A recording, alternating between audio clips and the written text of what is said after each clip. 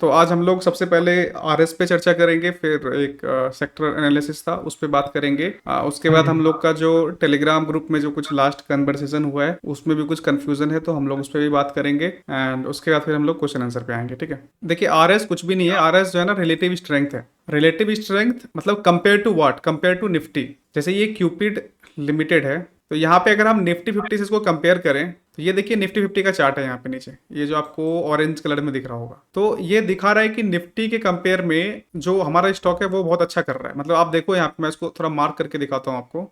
ये निफ्टी का चार्ट है, आप देखेंगे यहाँ पे ये बना नहीं पा रहा है। एट द सेम पीरियड में यहाँ पे ये जो स्टॉक है ये कहाँ से कहाँ मूवमेंट कर रहा है, ये यहाँ से लेकर के यहाँ तक का मूवमेंट कर रहा है। क्लियरली आपको यहाँ पे स्ट्रेंथ दिख रहा होगा। निफ्टी का कोई हायर हाई नहीं बना, लेकिन स्टॉक जो है वो हायर हाई बना रहा है, तो इसको बोलते हैं रिलेटिव स्ट्रेंथ। ये तो एक बार को आप ऐसे कंपेयर करके देख सकते हो अलग अलग स्टॉक में, तो वो आपको चीजें विजिबल होगी। लेकिन अगला क्वेश्चन आता है कि हम इसको और प्रिसाइज तरीके से इसको कैसे देखें। तो इसमें हमें फिर हेल्प करता है मार्केट स्मिथ इंडिया, जो कि इसको क्वांटिफाई करता है। जैसे हम लोगों ने अभी जो देखा ये तो बस एक अंडरस्टैंडिंग के लिए समझा इसको, ठीक है, लेकिन क्या इसको हम क्वांटिफाई कर सकते? तो मार्केट स्मिथ इंडिया ने यही किया है, उसने इसको क्वांटिफाई किया, मतलब एक नंबर, एक न्यूमेरिकल वैल्यू दिया है कि इसका स्ट्रेंथ क्या है। तो ये देखिए हमारा फिल्टर है यहाँ पे RS80 एंड अबव का, और आप देख सकते हैं ये आपको यहाँ पे सब कुछ दिखेगा। यहाँ पे प्राइस दिखेगा, प्राइस चेंज, प्राइस परसेंटेज, ये master score, EPS rating, RS rating. अब क्या इसका हर एक स्टॉक के आगे एक रेटिंग दिया हुआ है। अगर ये 91 है इसका रेटिंग, इसका मतलब कि ये टॉप 9%, मतलब परफॉर्मेंस वाइज, ये प्राइस वाइज जो परफॉर्मेंस आ रहा है ना उसका ये 9%, मतलब टॉप 9% का स्टॉक है। सॉर्टिंग करने के बाद आप देखेंगे नेटवर्क पीपल सर्विसेज में 99, मतलब ये टॉप 1% का स्टॉक है जिसका कि मूवमेंट अच्छा आ रहा है। मतलब इस फॉल में भी जिसका इसमें मूवमेंट आ रहा है वो नेटवर्क पीपल सर्विसेज है। तो आप इसको क्वांटिफाई करके देख सकते हैं। आप इन सब स्टॉक को देखें टॉप 1% में, मतलब ये टॉप 1% का स्टॉक है। Gold Star, Remedium Life Care, Lloyds Enterprises, Piccadily Agro Industries, Kintech Renewables, ग्रीडास Civil Development, Andhra Cements, Tailormade Renewables, तो ये सारा कंपनी टॉप 1% की कंपनी है। तो इसको आप क्वांटिफाई करके बिल्कुल प्रिसाइज तरीके से आप इसको समझ सकते। यही चीज अगर आप कंपेयर करने जाओगे, मान के चलो जो हम अभी कर रहे थे ट्रेडिंग व्यू में, निफ्टी डाल करके, निफ्टी का चार्ट लगा करके, आप कितने स्टॉक में कंपेयर कर लोगे? और कंपेयर कर भी लोगे तो फिर मेरा अगला क्वेश्चन हुआ कि आप बताओ कि टॉप कंपनीज कौन सा है जो कि बहुत अच्छा परफॉर्म कर रही है। तो आप उसका जवाब दे ही नहीं सकते, बिकॉज क्योंकि आप डेटा को उस प्रकार से कभी प्रोसेस कर ही नहीं सकते अपने दिमाग में। तो इसको आसान बनाता है हमारा मार्केट स्मिथ इंडिया, जिसमें कि वो प्रॉपरली क्वांटिफाई करके देता है कि टॉप 20%, अगर मैं RS80 एंड अबव की बात करता हूँ तो टॉप 20% स्टॉक का मेरे पास ये लिस्ट आ गया मेरे सामने। तो ये बेनिफिट है RS का। अगर हमें निफ्टी से अच्छा रिटर्न जनरेट करना है तो हमें उसी स्टॉक पे रहना पड़ेगा जो कि निफ्टी से अच्छा परफॉर्म कर रहा है, और वहां तक पहुंचने के लिए RS एक बहुत ही यूजफुल टूल है हमारे लिए। सर ये जैसे निफ्टी नीचे जा रहा है, स्टॉक ऊपर जा रहा है, तो मतलब स्टॉक में अच्छा है ना? हाँ, बेस्ट स्टॉक स्टॉक में है ये। दम है, स्टॉक में दम है, तभी तो वो ऊपर जा रहा है ना। अच्छा अच्छा। या तो उसका अच्छा प्रोडक्ट है, प्रोडक्ट अच्छा सेल हो रहा है, या तो उसका मार्जिन अच्छा है उसके प्रोडक्ट ये पे, लग रहा या फिर वो एक्सपेंड कर रहा है। पहले मान के चलो सिर्फ महाराष्ट्र में बेच रहा था, अभी वो एक्सपेंड कर रहा है अलग अलग स्टेट में भारत के। चीजें मतलब उसके लिए, कंपनी के लिए इंप्रूव कर रही है, तभी तो उसकी कीमत बढ़ रही है ना। क्योंकि हम्म।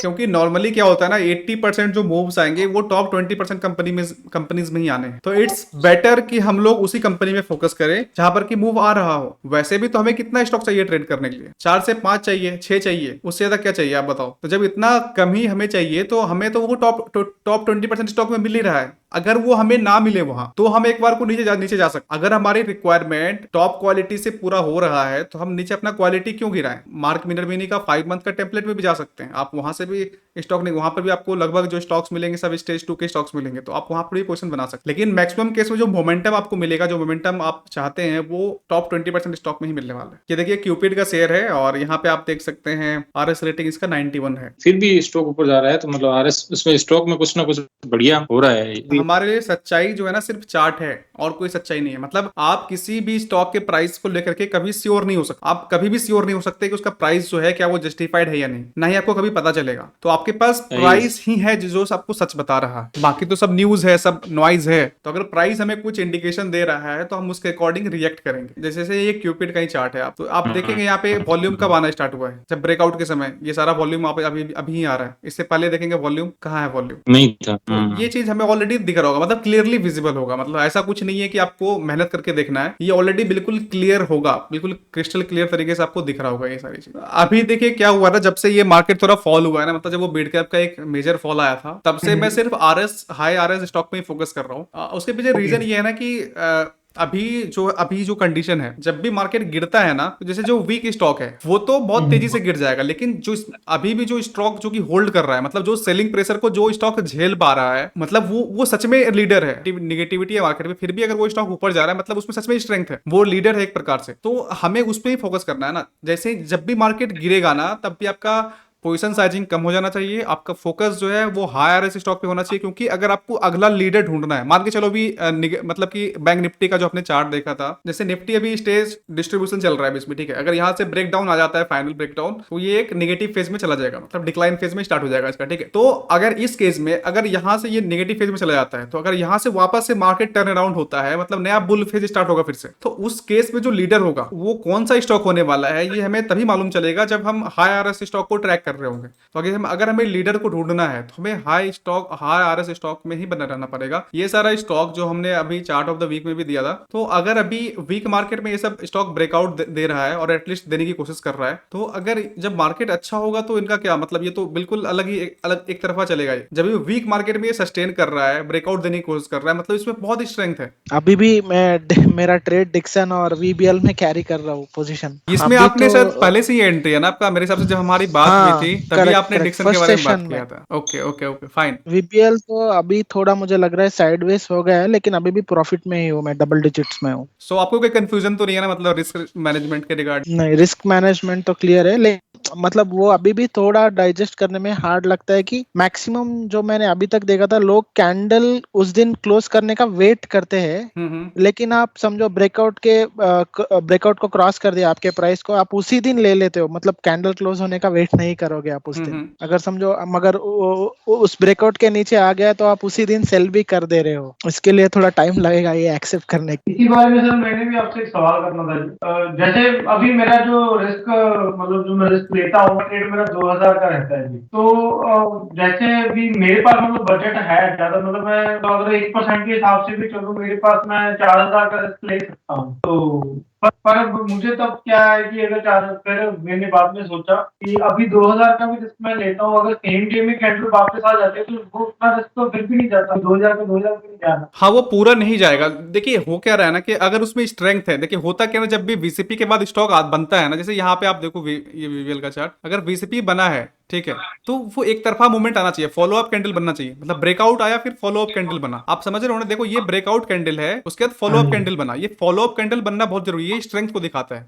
ये दिखाता है कि इस पे रियल बाइंग आ रहा है। आप मान के चलो यहाँ पे ब्रेकआउट आया और अगले दिन नीचे आ रहा है, इसका मतलब कि something is fishy, something is not right, तो हमें वहां पे थोड़ा सतर्क हो जाना चाहिए, या फिर ऑलमोस्ट चाहे तो पोजीशन आधा कर लें या फिर निकल जाए। हाँ जी सर, तो मैं अभी से मैंने भी प्रैक्टिस करा है अभी कुछ पोजीशंस में कि मैं सेम डे निकलने की कोशिश कर रहा हूँ। जैसे मतलब जो अपना वो अंदर से रहता है ना, वो हिम्मत तो नहीं दे रहा कि निकल जाए, क्योंकि होप रहती है। होप का एक ही सॉल्यूशन है कि आपको पता होना चाहिए कि मार्केट रैंडम है, मार्केट रैंडम है, मार्केट में कोई गारंटी नहीं है। एकदम सही सर। अगर आपको लगता है कि देखिए होप कब आता है ना, जब आपको लगता है चीजें सर्टेन है, लेकिन अगर आप उसको आप प्रोबेबिलिटी की तरफ देखोगे कि नहीं, देर इज चांस कि ऐसा हो सकता है, गारंटी नहीं है, तो आप होप में नहीं बैठोगे। जब भी सर एक ट्रेड को क्लोज करते हैं तो दो चीजें हमेशा मन में आती हैं। एक तो पहली तो जो पॉजिटिव साइड है कि अभी तो अगर सेम डे क्लोज हो रही है, अगर मेरा लॉस नहीं, आपको ये लगता है कि या तो मतलब लॉस ले लें, या फिर अगर ऊपर जा रहा है तो हो सकता है और ऊपर जाए। इसलिए मैं ये चीज बोलता हूँ ना कि जैसे ही आपका 1:3 पूरा हो, ठीक है, जैसे गोकेक्स वाला था, मैंने इसमें बोला था कि हाफ क्वांटिटी आप बुक कर लें, तो मैं इसमें क्यों बोला था हाफ क्वांटिटी बुक करने के लिए, क्योंकि देखो हाफ क्वांटिटी क्यों बोला, मैं 1/3 बोल सकता हूँ, 1/4 बोल सकता हूँ, या फिर कुछ और बोल सकता हूँ। हाफ बोलने से क्या होता है ना, आप साइकोलॉजिकली स्टेबल रहते हो। आप बोलोगे कैसे, तो मैं अभी उसको एक्सप्लेन करता हूँ। जैसे कि आपने यहाँ पे किया, आपने हाफ क्वांटिटी यहाँ पे बुक किया, अब मान के चलो अभी भी दो सिनेरियो है, या तो यहाँ से नीचे आएगा या फिर हो सकता है ऊपर जाए, राइट। तो अगर ऊपर जाता है तो आप ये मन में बोल सकते हैं कि थैंक गॉड मैंने पूरा क्वांटिटी नहीं निकाला, राइट। अगर यहाँ से हाँ जी, नीचे हाँ जी। आता है तो आप फिर भी बोल सकते हो कि अच्छा हुआ मैंने आधा क्वांटिटी बुक कर लिया। तो दोनों ही केस में आप इमोशनली स्टेबल हो। जी सर। लेकिन अगर आप 1/3 क्वांटिटी बुक करोगे या 1/4 क्वांटिटी बुक करोगे तो आप इमोशनली स्टेबल नहीं रहोगे। इसीलिए मैं हमेशा बोलता हूँ हाफ क्वांटिटी बुक करने के लिए, क्योंकि ये आपको साइकोलॉजिकली स्टेबल रख दोनों ही केस में। एक तो आपका रिस्क बिल्कुल खत्म हो चुका है, यहाँ पे आप कुछ भी हो, आप यहाँ पे नीचे भी आ जाना स्टॉक फिर भी आपका 1 रुपया लेके नहीं जाएगा एक बार आप क्वांटिटी बुक करते हो ऊपर में। तो सर ये मतलब एक रूल पक्का बना लें कि 1:3 पे हाफ क्वांटिटी बुक कर दीजिए, मतलब कर देंगे। हाँ 1:3 स्टार्टिंग पे स्टार्टिंग फेज में तो ऐसा कर। देखिए, या तो सेलिंग इज टू स्ट्रेंथ कर सकते हैं, ये स्ट्रेंथ है। देखिए यहाँ पे जो बाइंग आया था ना, ये स्ट्रेंथ है। ये आप देखो with high volume high price में भी हाई, मतलब क्या बोलते हैं, हाई रेंज में ये कैंडल था, मतलब बहुत बड़ा रेंज बनाया है कैंडल और वॉल्यूम भी अच्छा है, मतलब ये स्ट्रेंथ को दिखा रहा था। इसको हम लोग बोलते हैं सेलिंग इनटू स्ट्रेंथ। जैसे एग्जांपल यहाँ पे मान के चलो ये बेस है, ठीक है, मान के चलो ये वीसीबी बेस है, ब्रेकआउट आया तो हमें यहाँ पे क्वांटिटी निकालना है इस कैंडल में या फिर इस कैंडल में। यहाँ पर भी आधा मारेंगे, यहाँ पे भी आधा मारेंगे, हम यहाँ पे वेट नहीं करेंगे क्योंकि ये स्ट्रेंथ दिखा रहा है। But this is the right time कि बड़े प्लेयर यहाँ पे निकल रहे होते हैं, क्योंकि यहाँ पे उनको लिक्विडिटी भी मिल रहा होता है, ठीक है, और हाइयर प्राइस भी मिल रहा होता है। तो ये काफी प्रोफेशनल वे ऑफ ट्रेडिंग है जहां पर कि हम स्ट्रेंथ को यूज करते हैं बेचने के लिए। नीचे अगर बेस के पास स्ट्रेंथ है तो हम यहाँ पे बाय करेंगे, लेकिन अगर ऊपर हमें कहीं स्ट्रेंथ मिलेगा तो हम उसको बेचेंगे। क्योंकि आप सोचो कि आपको ये जो प्राइस है, ये दोबारा प्राइस आपको शायद अगला दिन ना मिले या फिर बहुत दिन तक भी नहीं मिल सकता। और ऐसा एग्जाम्पल आपको बहुत सारा मिलेगा जहां पर कि आप अगर मैंने भी जब चार्ट देख रहा हूँ, अभी मैं देखने बैठता हूँ रात को, तो मैंने काफी देखा बड़े मूव आने के बाद कम से कम 10-15 दिन तो साइड में ही चला जाता है। तो ये काफी प्रोफेशनल वे ऑफ ट्रेडिंग है जहां पर कि हम स्ट्रेंथ को यूज करते हैं to offload our quantities. Okay sir, I will try to do this things sir. हाँ देखिए, होता क्या ना कि हमें 1:3 तो लेना ही है। अगर 1:3 के हमें ऊपर कुछ भी स्ट्रेंथ मिल रहा है तो वो हमारे लिए क्या बोलते हैं, चेरी ऑन केक है। तो हम क्यों ना बुक करें, और एटलीस्ट 50% क्वांटिटी तो बुक कर ही सकते हैं अगर पूरा ना करना चाहे। और आजकल तो आप देखोगे, मैं आपको ट्रेडिंग व्यू पे आपको पूरा लिस्ट भी दे रहा हूं मैं। आप अगर अभी लास्ट यूट्यूब का वीडियो देखते ना तो आप देखेंगे, ये देखो मतलब लास्ट वीडियो जो हमारा है ना, यहाँ पे देखिए मैं ट्रेडिंग व्यू का ये पूरा लिंक दे रहा हूँ। आप यहाँ पे इस ट्रेडिंग व्यू वाले लिंक पे क्लिक करेंगे ना तो आप इसको डायरेक्ट पूरा वॉच लिस्ट को अपने मतलब उसमें ऐड कर सकते हैं। हाँ, फ्री वाले में हो जाएगा। हाँ फ्री वाले में हो जाएगा, क्योंकि इसमें अराउंड 25 स्टॉक्स हैं, ठीक है। अच्छा तो आप इसको डायरेक्ट क्लिक करेंगे और आपको डायरेक्ट वहां पे मिल जाएगा। सर मेरी तो भी अच्छी प्रैक्टिस होने लगी है जी। मैं रात को बैठ जाता हूँ, कम से कम एक रात में से 150 स्टॉक्स को मैं एनालाइज कर ही देता हूँ। Very good, very good. और यहाँ पे अगर आप ये कर रहे हैं तो आई गारंटी कि आपको कोई नहीं रोक सकता। दूसरा ये कि सर मैंने आपकी पुरानी वीडियोस भी देखा है, मतलब आपसे मेरी बात हुई थी कि हमको ज्यादा कुछ नहीं है, जो सिंपल सेटअप बन रहा है बस वो रखते हैं, क्योंकि 370 जैसे 400 जैसे स्टॉक्स होते हैं। बिल्कुल। तो हमें 400 को लेने परफेक्ट 5-10 निकल के आते हैं, हमें वही लेने होते हैं। जैसे सर मैंने आपको उस दिन शेयर करा था जी, एक भूल गया उसका नाम, वो 9% निकल गया था। मेरी डर तो लगा था मेरी एंट्री नहीं हुई, पैन लैंड करके। हाँ पैन मैंने उसको भी चार्ट ऑफ द वीक में भी डाला है। आप वो सर बड़ी अच्छी, मेरा एक मतलब ऐसा मान के चलो, मतलब 2 मिनट बाकी रहेगी करना 5-6% उसी दिन मिल जाए। मैं वही बोल रहा हूँ कि चीजें जितना आप सिंपल रखोगे ना उतना एग्जीक्यूट करने में आसानी होगा। आप जितना कॉम्प्लिकेट करोगे ना आप कभी एग्जीक्यूट नहीं कर पाओगे। और मेन खेल है एग्जीक्यूशन का। अगर आप राइट टाइम पे ट्रिगर नहीं दबा पाए तो आपका समय खत्म हो गया ना। मतलब कि अगर अभी कोई एंट्री करना चाहे क्लोजिंग बेसिस पे तो उसका एंट्री कितना रुपया पे मिल रहा है और उसका रिस्क कितना जाएगा, सारे 10% का रिस्क देगा वो। तो राइट टाइम पे एंट्री करना बहुत जरूरी है। और हमने एक वीडियो भी बनाया है टाइमिंग पे, जहां पर कि हमने यही चीज डिस्कस किया है कि टाइमिंग इज सुपर इंपॉर्टेंट। आप अफोर्ड नहीं कर सकते कि आप राइट टाइम पे बाय ना करें। You can not afford. आप हमेशा दिमाग में बैठा कर रखिए मार्केट में रैंडम है। इवन दो कि हम कुछ पैटर्न देख रहे हैं, हम लोग कुछ पैटर्न ढूंढने की कोशिश कर रहे हैं, मार्केट एक रैंडम जगह है। तो हमें भी कभी भी सर्टेन नहीं होना है किसी चीज को लेकर, ना ही कभी होप में बैठना है। अगर हमारा स्टॉप लॉस आ रहा है हम देंगे, 1:3 आ रहा है हम बुक करेंगे। अगर बाकी मुझे ट्रेल करना है तो 50 मूविंग एवरेज से करेंगे। कभी होप और ग्रीड को नहीं लाना है।